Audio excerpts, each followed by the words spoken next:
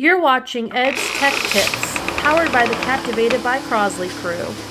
As the weather gets cold, we're here to discuss tips for winterizing your Crosley. Hello, everybody. Welcome to Captivated by Crosley. Again, our tech tips. As you said before, we have two goals at Captivated by Crosley. One is to keep our cars on the road, and the second is to promote the brand.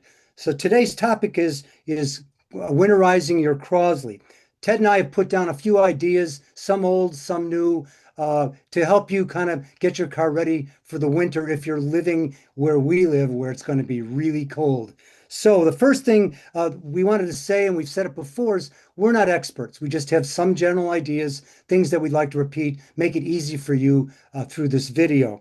The first thing we're going to talk about is we've got eight different topics. The first one is in general, just cleaning up your car before you put it into storage.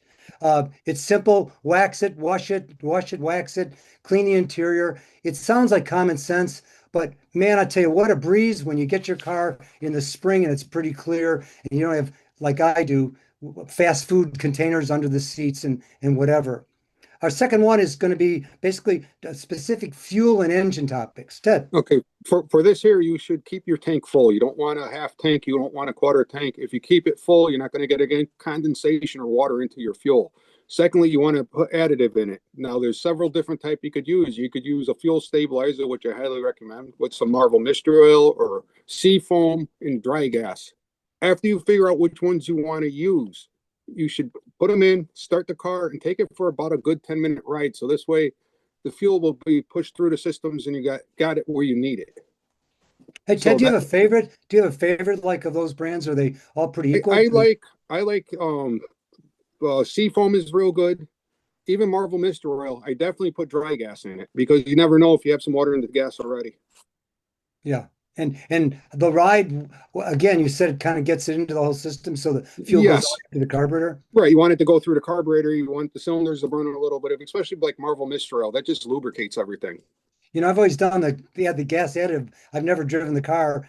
Um, I think it'll be a lot easier perhaps if I drove the car a little bit before I parked it. You don't want just gas sitting in the carburetor with the stabilizer or the oil in it. It helps it a lot. So it's like your accelerator pump won't dry out on you.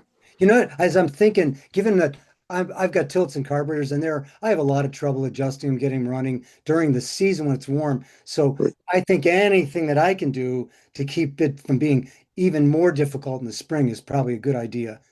So the next Totally one, agree. the next one we're talking about is tires and suspension.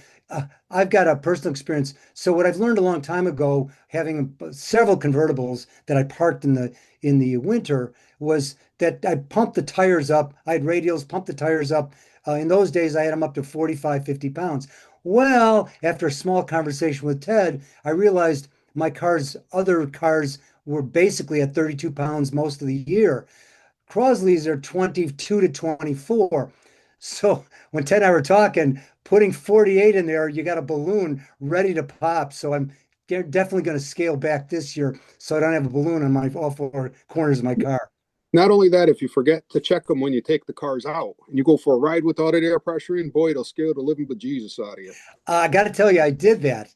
And I thought, oh my goodness, now I got to replace all four-wheel suspensions because it was shaking. I heard noises from that car that I didn't know existed because I had 45 pounds of air in them. So you're spot on. That's exactly what happened. Go. Okay, well, next we'll talk about battery and antifreeze. Very important with the battery. I always disconnect my batteries, and there's a reason behind that. If you get a critter that gets into your car, or you're not sure on your electrical system and it shorts out while your battery is connected, it can cause a fire. So always just disconnect it for safety's sake. It's just a good precaution.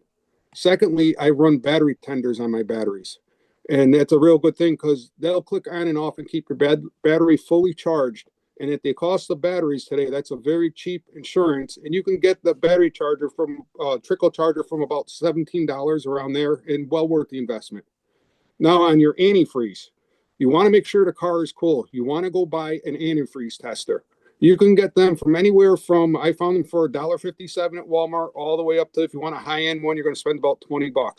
The $1.57 one will work fine. You take the cap off, You suck up a little antifreeze in it, and it has balls, and it'll tell you what rate you're at for cold weather. You want a negative number for cold weather. You don't want it at, you want it, anything below 0 is good, because if it freezes, you could do a lot of damage to your motor. So you think that there's really not much difference between the higher end and the lower end battery testers for antifreeze? What do you think? You mean, I don't think there's much of a difference.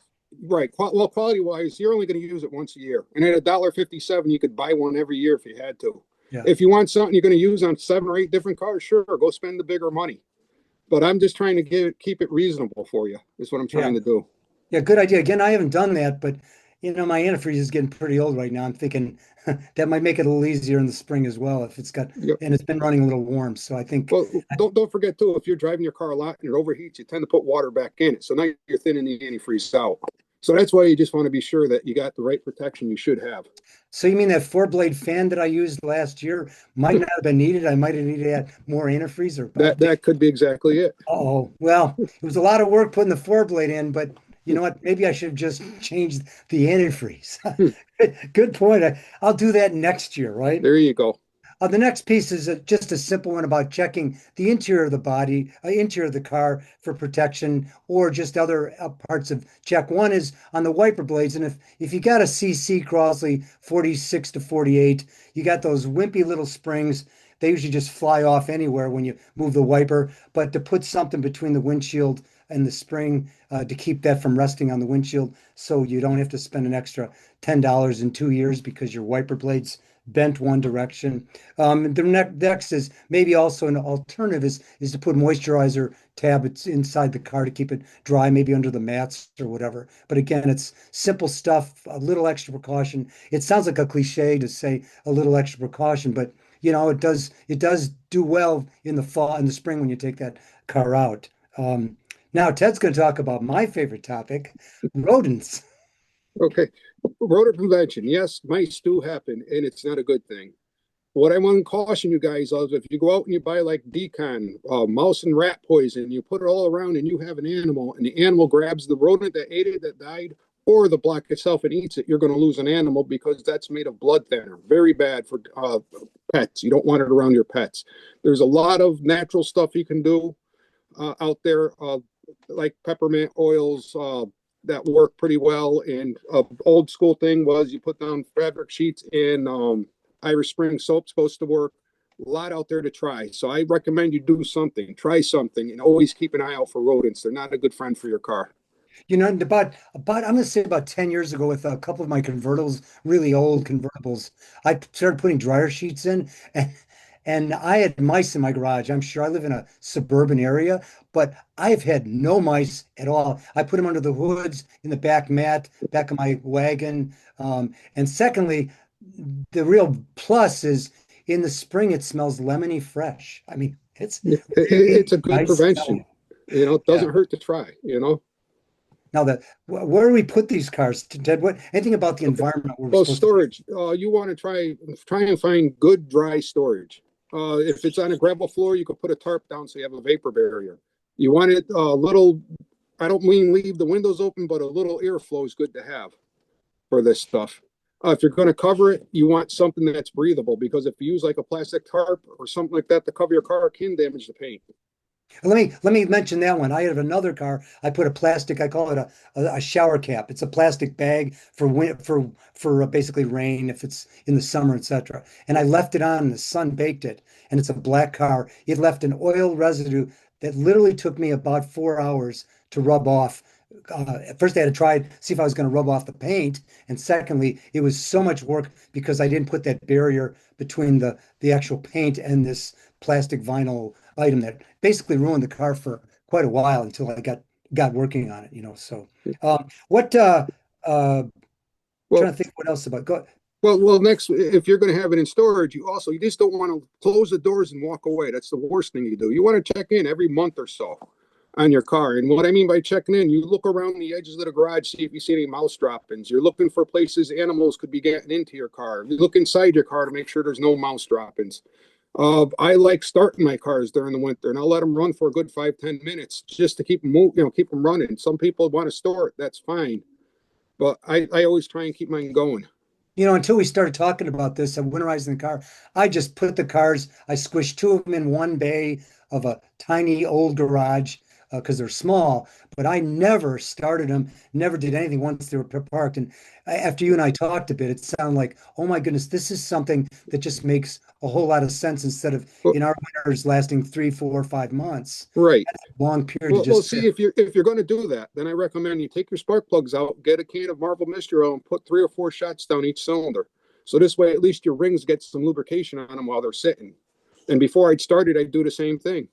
Now, does that Marvel Mystery hurt it from starting? Are there any problems when It you're might trying to make start it it? a hair harder to start, but it'll start and it'll burn right off. Okay, It's good, cheap prevention.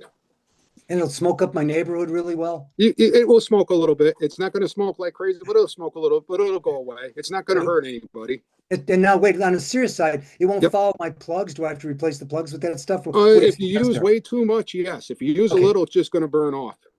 And I okay. mean, cleaning a plug is not a real hard thing to do on a Crosley. And it might be a springtime thing where I'm going to replace the plugs anyway. Exactly. Start it After up, let mowing. it warm up, replace them. But the main thing is when you start it, is let it warm up and let all that stuff burn out, and then check your spark plugs. Yeah, yeah. And so if you don't do that, what do you think's going to happen? Anything? I mean, I haven't been Well, doing if it, you let but them sit dry for a long periods of time, and then you try starting the engine, you got a good chance of like your breaking a piston ring or scoring the cylinder wall. So you just want to be cautious of that. well, you're sending shockwaves through my body having a Crosley, having put in a crankshaft in about 2 years ago. The valves are up on the top, Yep. and I don't want to pull the whole excuse me, the crank and the pistons out to get at those valves with a broken ring. I think if I got to put some of this goo in, spray in 3 or 4 cylinders, I think I'm better off than taking a chance there. I just think it's a smart, cheap way to do it because you're going to warm it up. You're going to change your oil and everything in the spring anyway. So you might Yeah, as well be cautious. yeah. Well, I tell you what, the tips we've just given you are some new ideas, some old. I got to say personally, I did a lot of them, but a few like starting the car and letting it run in midwinter, checking the antifreeze, which I've never done, and I've been working on these cars for several years. I mean, all these are kind of additional reminders that make it easier. Frankly, as I thought about these, it's a little work now, but just a little work.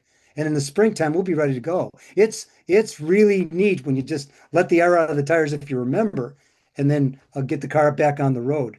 You Um, know, before you go, one other thing you might want to do is if you're putting more air in your tires and stuff, make a little checklist and hang it on your windshield of the stuff you did. Like, make yourself reminders, deflate tires, oil and cylinders. This way, you just when you go in, you're not blind to it and you have an idea what you got to do. I think you've done this once or twice, right, Ted? Just a few times. Now that I've had 45 pounds in my Crosley tires, I think I've learned a quick lesson here.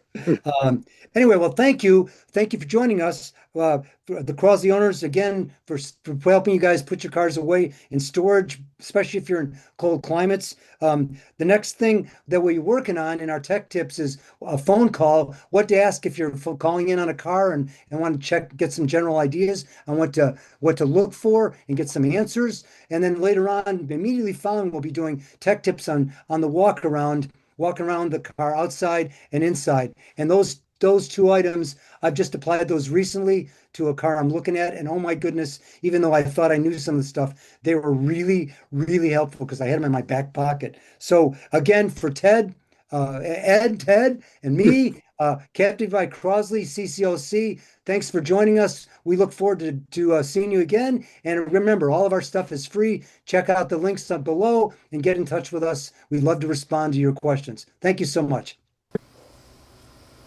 Thanks for watching. If you liked this video, make sure to hit subscribe, drop a comment, and check the link in the description for more Captivated by Crosley content. Our mission is simple: promote the Crosley brand and help keep these cars on the road where they belong. And don't stop here. Go watch another Captivated video. It helps YouTube show our Crosley adventures to even more people. Happy motoring!